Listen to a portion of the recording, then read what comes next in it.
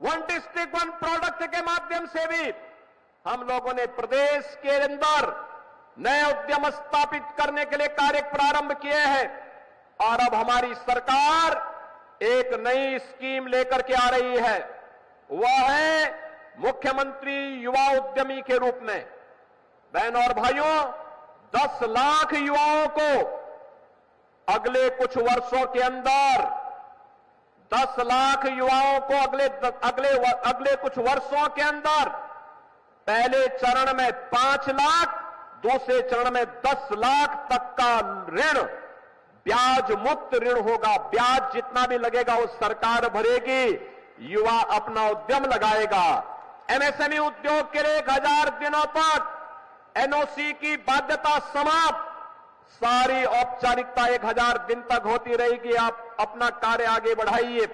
निजी क्षेत्र में प्राइवेट औद्योगिक पार्क स्थापित हो रहे हैं और विकास के साथ आधुनिक इंफ्रास्ट्रक्चर का जो मेल ये डबल इंजन की सरकार ने आगे बढ़ाया है, आज उसके परिणाम हम सबके सामने देखने को मिले हैं। आज केवल युवा ही स्मार्ट नहीं है, अब तो सिटी भी स्मार्ट दिख रही है। गाजियाबाद इसका उदाहरण है। 10 वर्ष पहले जिस गाजियाबाद में गंदगी का अंबार हुआ करता था, माफिया पैरेलल सरकारें चलाते थे, उन माफियाओं के सामने तत्कालीन सरकारें नाक रगड़ा करती थी, दंगाइयों के सामने नाक रगड़ा करती थी। और जब कावड़ यात्रा आती थी तो कावड़ यात्रा के मार्ग में बैरियर लगाते थे लोग, कहते थे ये नहीं होगा। इनको लगता था कि जैसे कावड़ यात्रा होगी तो पता नहीं क्या हो जाएगा।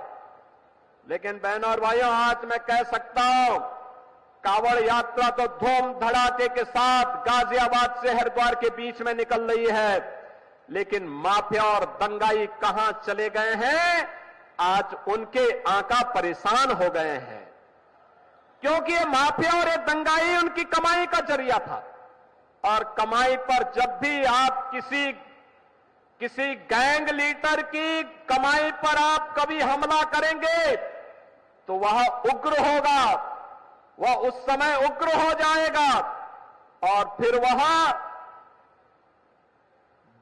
किसी शिष्टाचार, सामान्य शिष्टाचार को भूल करके भी अनलगल्प लाभ करते हुए दिखाई देंगे।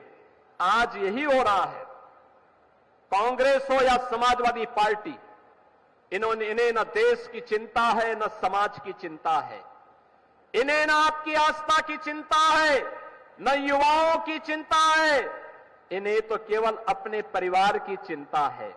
परिवार पर आधारित इन पार्टियों का देश के प्रति, समाज के प्रति कोई दायित्व नहीं रह गया है।